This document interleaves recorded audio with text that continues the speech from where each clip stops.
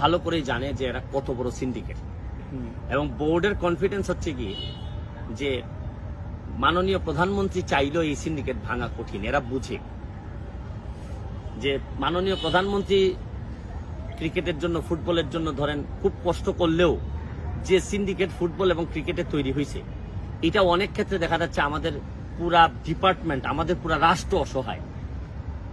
এখানে মাননীয় প্রধানমন্ত্রী হয়তো আবেগের বশীভূত হয়ে যে কাজগুলো করতেছেন উনি ফুটবলের স্বার্থে, ক্রিকেটের স্বার্থে করেন, কিন্তু এই স্বার্থগুলো তো আর ওই নেতাদের মধ্যে থাকে না, ক্রিকেট বোর্ডের নেতা বা ফুটবলের নেতাদের মধ্যে নাই। এদের জন্য তো আর দেশ প্রেমটা বড় জিনিস না, এদের জন্য হচ্ছে কি নিজেদের যে প্রেম, এই প্রেমটাই এমন এক্সটেন্ডেড লেভেলে চলে গেছে। এরা এখন ধরেন এমন একটা অবস্থায় চলে গেছে যে চাইলে এরা প্রাইম মিনিস্টারকেও মানবে।